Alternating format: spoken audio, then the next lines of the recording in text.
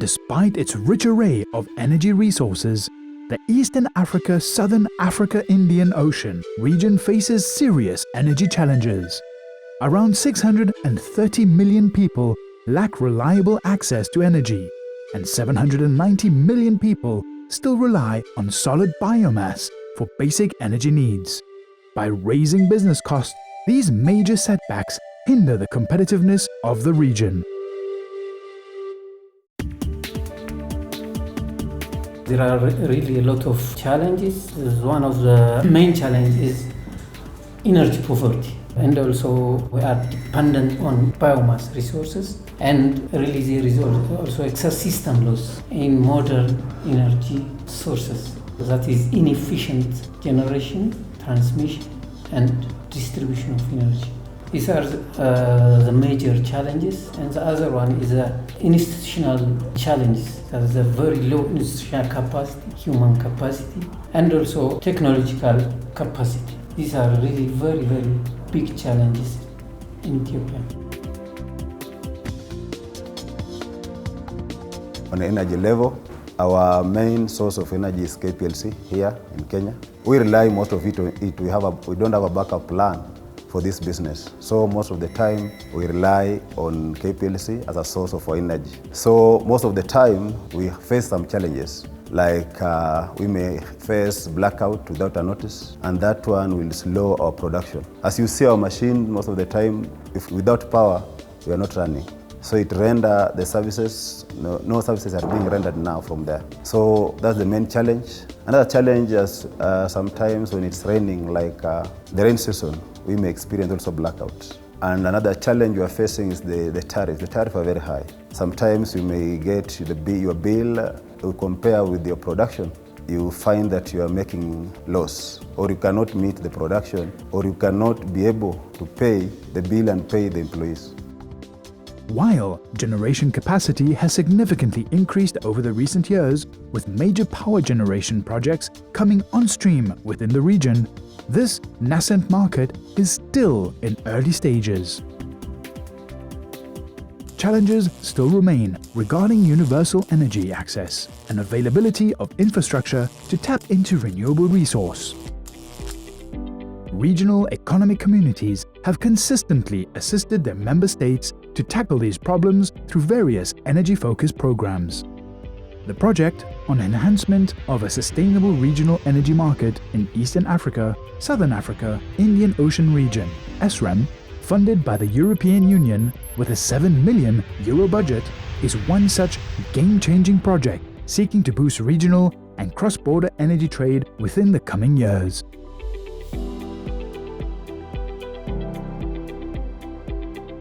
The ESREM project is about facilitating development of regional frameworks that can be adopted by individual countries.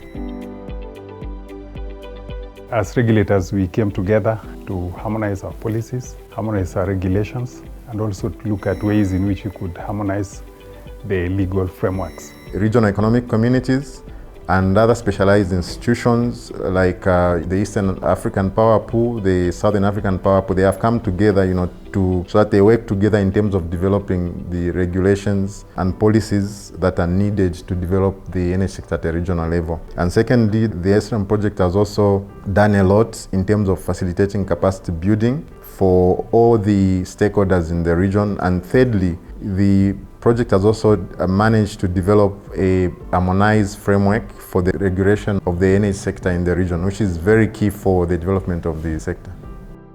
With the support of the EU via the 11th EDF, ESREM is tailored to address the energy needs of the EASAIO region by promoting regional cooperation in energy development, trade and capacity building. Essentially, what this will enable us to do is to have cooperative work in terms of energy trade, for instance. If you're going to trade energy, you need to have rules and regulations that enables you to harmonize the trade.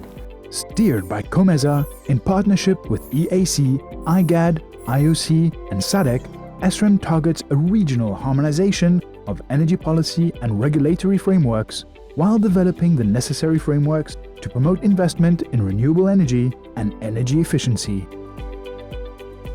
So So if you look at like now, if you are going to export power from Zambia to Ethiopia, or you are going to export from Ethiopia to Zambia, you have to go into negotiations, between the two countries. So basically, and one of the things we are going to be negotiating about is the methodology for calculating the tariff. How who is going to pay for the transmission between Kenya and all those kind of things. But what these frameworks are trying to do is actually to have methods in place whereby all the countries involved in a particular trade, they know that there is an existing method, so it makes it easier, for everyone involved to actually, do the trades. ESREM aims to create a conducive regulatory environment within the EASA-IO region to enhance a sustainable regional energy market and stimulate regional power trade. Ethiopia, Kenya, and Zambia count among its beneficiaries. I trust that bilateral agreements will dwindle down, because power pools takes much of the activities of the bilateral agreements. And the power pools create much of an opportunity for cross-border countries. It could be a spot market or regular market arrangement. To achieve its mission, ESREM has worked towards key achievements. The establishment of a regulatory oversight framework for the EASA-IO region. Development of the framework and roadmap for the transformation of the Regional Energy Regulators Association of Southern Africa into a substantive regional regulatory authority for Southern Africa. The Renewable Energy and Energy Efficiency Strategy and Action Plan. The capacitation of regional regulatory institutions and power pools. For you to have a good investment in the sector, to attract investment, you need a policy and regulatory environment which is conducive. So you find that if the policies and regulations are not properly done, that's a barrier for investment. Just by way of background, the SADC Energy Ministers in 2010 formally adopted the RERA cross-border power trading guidelines. RERA will enable regulation on the regional energy markets by the harmonized legal and regulatory framework, which will ensure that countries are able to freely trade using the same reference points, as opposed to each country having its own rules, policies, and guidelines. And then also there'll be transparent and predictable requirements for transboundary projects, which will ensure increased investment in the sector and will also enhance the market. Stepping stones for that would be to ensure that we have a harmonized way of doing cross-border trade for energy, ensuring that the rules governing the market are rules that would incentivize investors to come in, and also to encourage consumers to use the energy efficiently. And for this reason, even governments would need to be encouraged to put in place policies that would encourage energy efficiency and exploitation, keeping in mind, of course, issues such as sustainability, because as COMESA, we are also part of the planet, and we have to think in terms of ensuring that the planet remains sustainable. The framework for regulatory oversight is a major milestone and was achieved through consultation with strategic regional energy sector stakeholders, including ministries in charge of energy issues, regional economic communities, as well as national and regional regulatory institutions within the region. It will ensure harmonized, efficient, and gender-sensitive regulation across the EASA-IO market. The framework for regulatory oversight of the regional energy market in Eastern Africa, Southern Africa and Indian Ocean, initiated under ESREM, would be of great significance and value in the sense that it will provide possibilities of harmonized and regulated cross-border power trade. Once you have standards that are up to international level, regulations up to international level, and if the member countries adopt those regulations, then it makes it more attractive for investors to come. Also, this framework reveals how to incentivize investment in regional transmission and generation infrastructure facilities through development of appropriate pricing methodology that promote competition and market integration. Also, this framework reveals how to promote open access to the regional transmission network through development of harmonized interconnections code and operations regimes. It has the following objectives: to clarify the roles of regional energy institutions and identify required regulatory instruments and market monitoring and surveillance programs for the regional energy market. to incentivize investments in regional transmission and generation infrastructure through development of appropriate pricing methodologies that promote competition and market integration, and to promote open access to the regional transmission network through development of harmonized interconnections codes and operations regimes.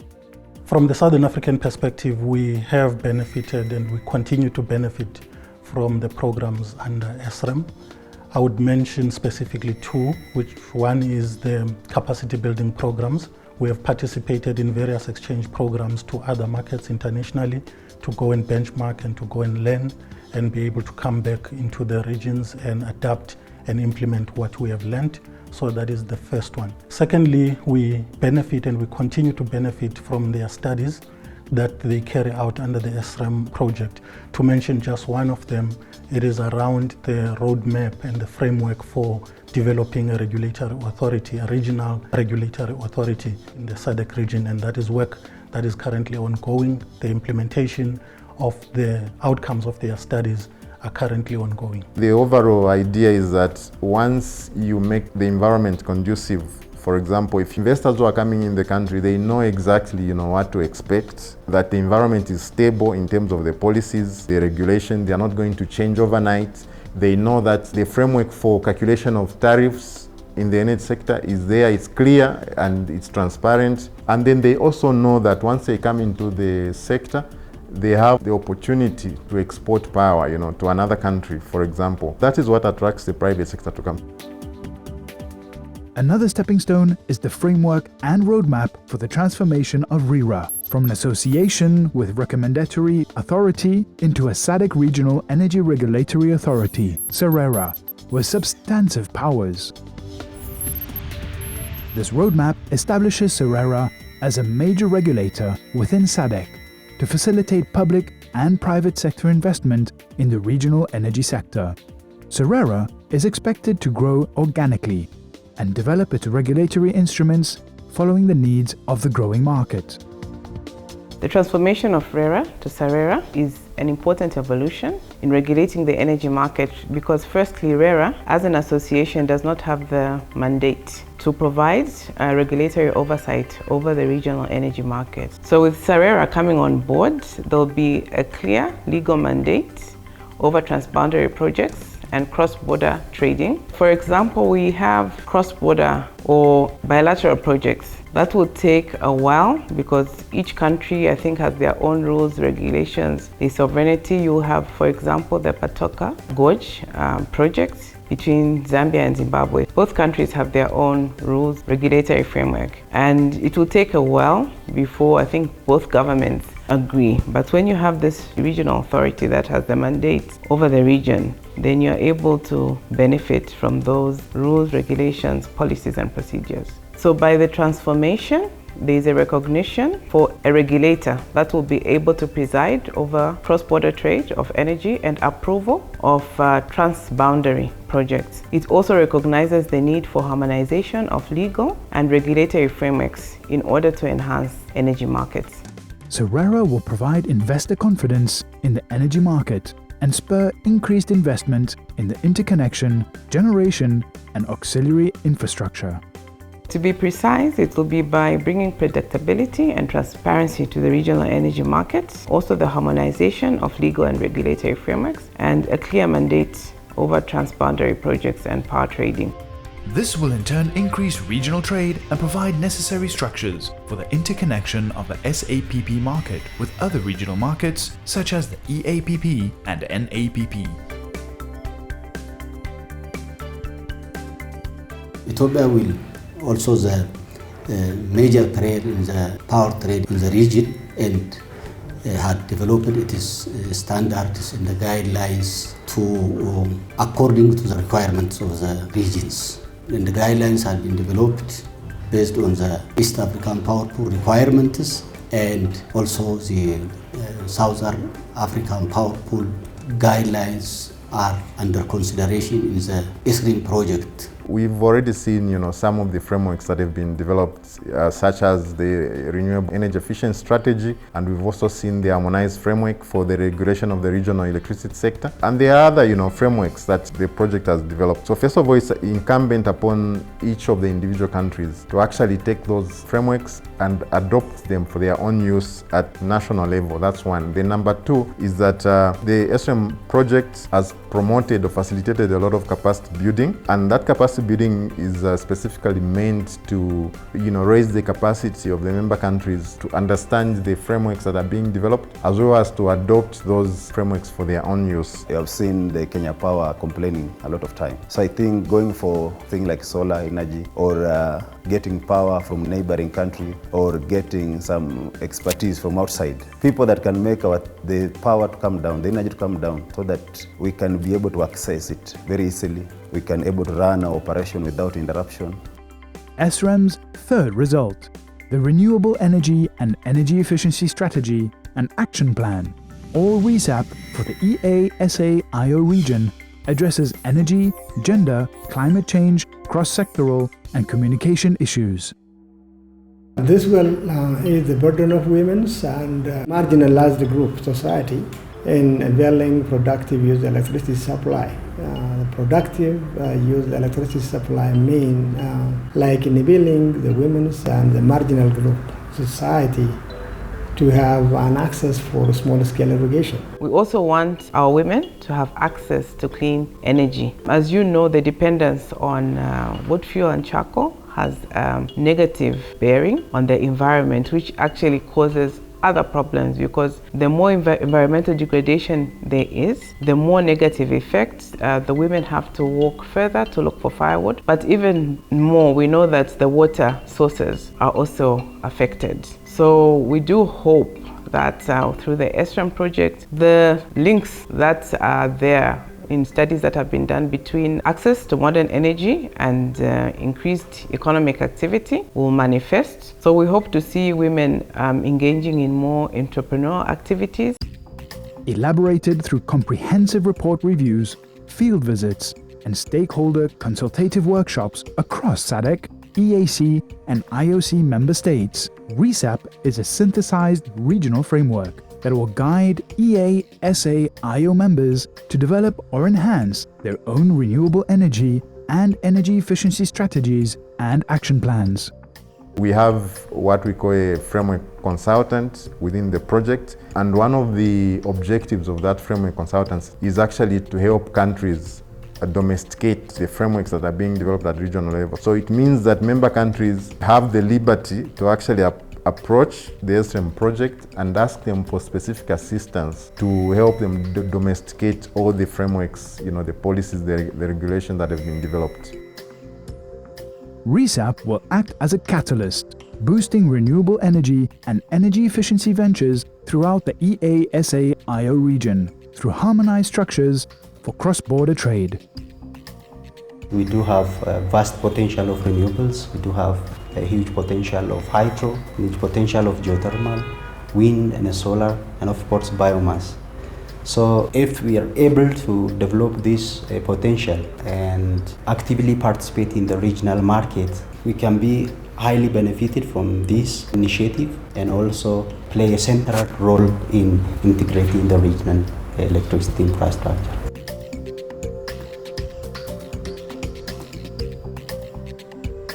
In sync with the work undertaken across mainland Africa, ocean states of the IO region are also focusing their efforts towards better regional regulatory oversight. The IOC has been a key partner in activities carried out under ESREM and RESAP.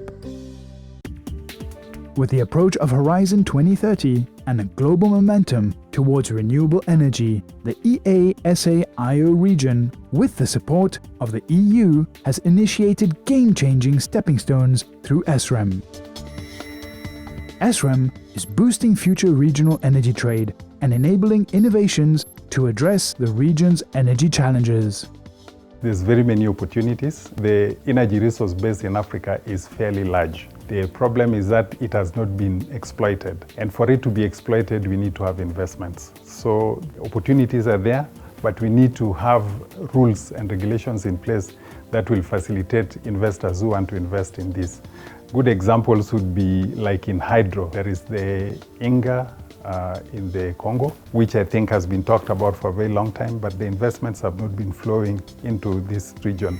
So if there's a way that investments can be facilitated to flow here, we'd be able to exploit the hydro potential there. If you look at some of the latest developments in solar technology, solar PV is a disruptive technology that is taking root in many countries now. And what we need is to have rules in place, we need to have laws in place, and policies, appropriate policies that would enable investors to come in to help us exploit these energy resources, which would therefore improve access to energy for the people of the region. The major solution should be just, we have to focus on the other renewable energy sources, diversification of energy sources such as wind, which is a very big 100 gigawatts potential. And also we have very good solar potential in Ethiopia. Also there is also geothermal potential. So we have to focus on this energy mixing. This not only ensures sustainability of power supply, we have to strengthen the institutional capacity too. And also the transmission distribution networks should be also upgraded. By creating the right environment for cross-border power trade and opportunities for IPPs, the outcomes of ESRAM will be pivotal to address the energy needs of a growing African continent through local, national, and regional solutions.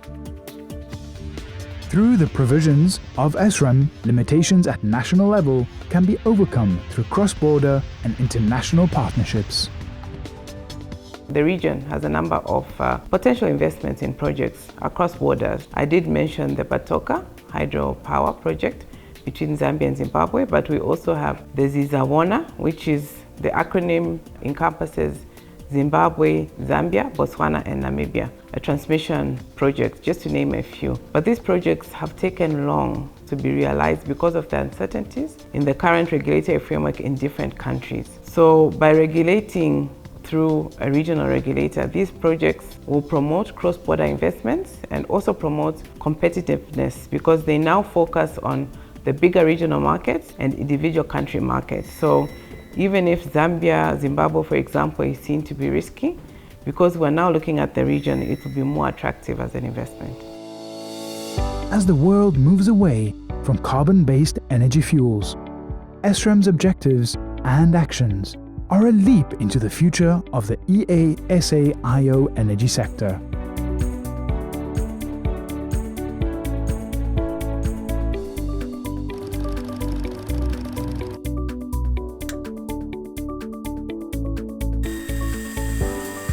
The foundations laid by ESRAM are dedicated to attract the necessary investment through which solutions, including disruptive innovations, can emerge. In the spirit of regional cooperation and in the direction of renewable energy.